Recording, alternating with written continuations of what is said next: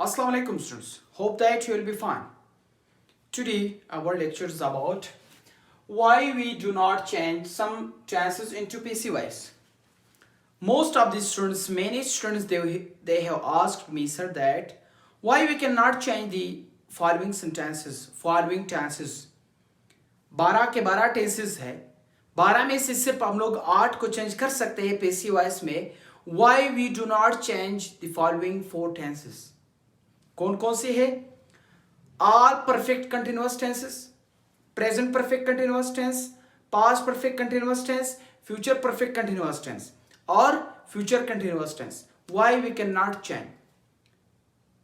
इसकी basic trick क्या है कि हम लोग जान सके कि ये लफ्ज आ जाए किसी भी सेंटेंस में, तब हम लोगों ने सोचना है कि हम इस सेंटेंस को पैसिव वॉइस में चेंज नहीं कर सकते हैं.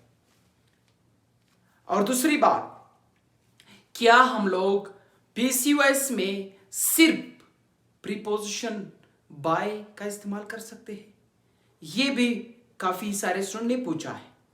पहले मैं आप लोगों को ये बताऊंगा कि why we cannot change या why we do not change the following 4 tenses into passive voice.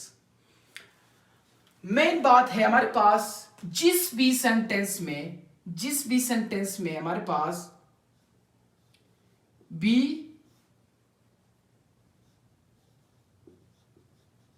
Been आ जाए, जिस भी सेंटेंस में बी या बीन आ जाए, ये be is are am was were been being क्या है, ये इस पे मैं एक वीडियो बनाऊंगा. उसमें मैंने डिटेल में बताना है आप लोगों को कि हमारे पास बी क्या है, मैन वर्ब है, कौन सा वर्ब है हमारे पास, ये भी बताऊंगा.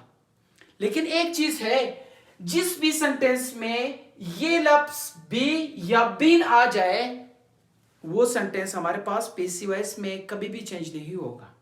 सपोज हम लोग एक सेंटेंस बनाएंगे,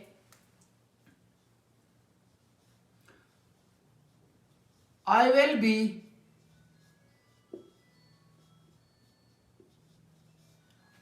speaking English. I will be speaking English. अब इस सेंटेंस को हम लोग कैसे चेंज कर सकते हैं पैसिव वॉइस में? एक चीज मैंने बताया आप लोगों को कि जिस भी सेंटेंस में बी या बीन आ जाए, उस सेंटेंस को हम लोग पैसिव वॉइस में चेंज नहीं कर सकते हैं. अभी I will be speaking English, what do you think? This sentence belongs to future continuous tense. Future continuous tense में लफ्ज बी आ गए यहां पे, तब हम लोग इस टेंस को पैसिव वॉइस में चेंज नहीं कर सकते हैं. सपोज अगर कोई ट्राई भी मारे ऐसे, suppose English will be being spoken by me. क्या ये सही है? क्या ये सेंटेंस हमारे पास सही है? अब देखना, एक बी फॉर्म है हमारे पास बी, और एक है हमारे पास जो मेन वर्ब कहते हैं, वो हमारे पास क्या है? बीइंग. अब एट ए टाइम हम लोग इसको बीन और बीइंग को कौन सी वर्ब कहा जाता है? नॉन फाइनाइट वर्ब कहा जाता है. ये दोनों एट अ टाइम एक सेंटेंस में नहीं आ सकते.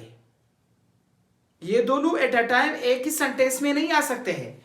ये नॉन फाइनाइट वर्ब है, चाहे बी हो या बीइंग हो या बीन हो, तब इस सेंटेंस को हम लोग गलत कंसिडर करेंगे. जिस भी सेंटेंस में 2 मसलसल नॉन फाइनाइट वर्ब्स आ जाए, तब वो सेंटेंस गलत कंसिडर होगी. ये फाइनाइट और नॉन फाइनाइट क्या है, ये इंशाल्लाह इन नेक्स्ट वीडियोस मैं काइंड्स ऑफ वर्ब्स में आप लोगों को पढ़ाऊंगा.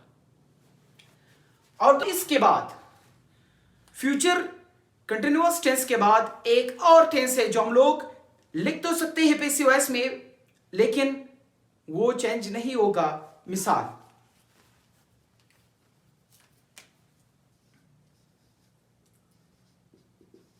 she will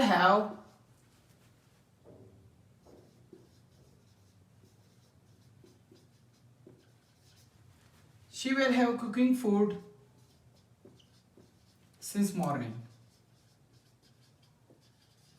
Since morning. अब पहले तो हम लोगों ने ये देखना है कि दिस सेंटेंस बिलोंग्स टू, ये सेंटेंस हमारे पास किस टेंस से ताल्लुक रखते हैं, विल हैव बीन और शैल हैव बीन। तो हम लोगों ने सोचना है, क्योंकि मैं पढ़ा चुका हूं टेंसेस डिटेल में, जहां पे will have been shall have been आ जाए, इससे इस चीज से, इस लफ्ज से, हेल्पिंग वर्ब से हम लोगों ने अंदाजा लगाना है कि हमारे पास ये फ्यूचर परफेक्ट कंटिन्यूअस टेंस है। अब देखना यहां पे लफ्ज बीन आया हुआ है, पहले भी बता चुका हूं, जिसमें बी या बीन आ जाए उसको हम लोग पैसिव वॉइस में चेंज नहीं कर सकते। इसी तरह अगर हम लोग बात की जाए या हम लोग सेंटेंस बना ले, Ali have been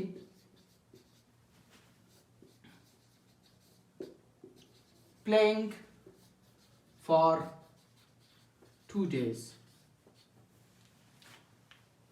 Ali has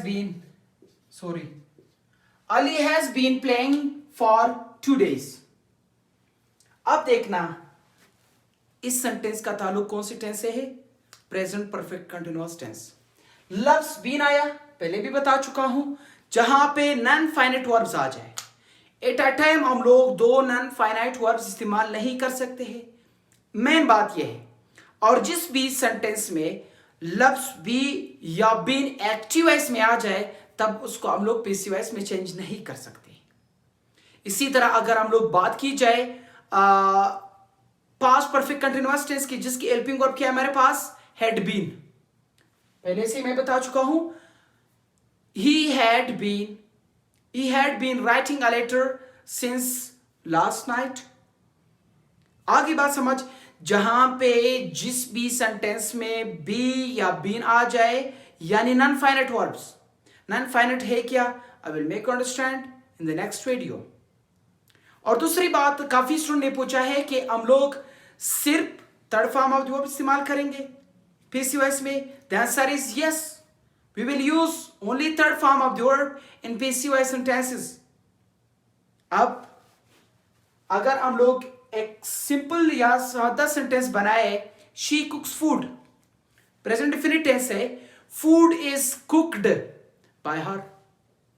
वैसे एक्टिव वॉइस में भी हम लोग third form of the verb इस्तेमाल कर सकते हैं। कौन कौन सी टेंसेस में, सिर्फ 3 टेंसेस में, प्रेजेंट परफेक्ट, पास्ट परफेक्ट और फ्यूचर परफेक्ट। और स्टूडेंट्स की और भी क्वेश्चंस है कि सर ये प्रीपोजिशन ऑफ एजेंसी बाय, क्या हम लोग सिर्फ बाय इस्तेमाल कर सकते हैं? The answer is no. In the next video I will make you understand कि वहां पे हम लोग को ने कौन कौन सी प्रीपोजिशन इस्तेमाल करने हैं।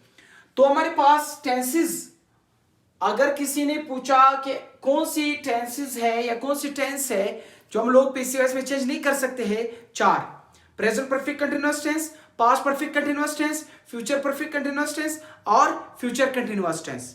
क्यों इस्तेमाल नहीं कर सकते हैं? ये दो मेन निशानी है, मैंने बताया, जहां पे बी या बीन आ जाए। ये बी और बीन कौन सी फॉर्म ऑफ द वर्ब्स है? ये हमारे पास नॉन फाइनाइट वर्ब्स है। Non finite verbs at a time एक ही सेंटेंस में रेगुलर नहीं आएंगे, जहां पे आए वो सेंटेंस जो है ना गलत कंसिडर होगा। तो होप दैट आज की जो लेक्चर है आप लोगों को समझ आया होगा। फिर भी अगर कोई क्वेश्चन था तो आप लोग एनी टाइम सवाल कर सकते हो। Thanks for watching me.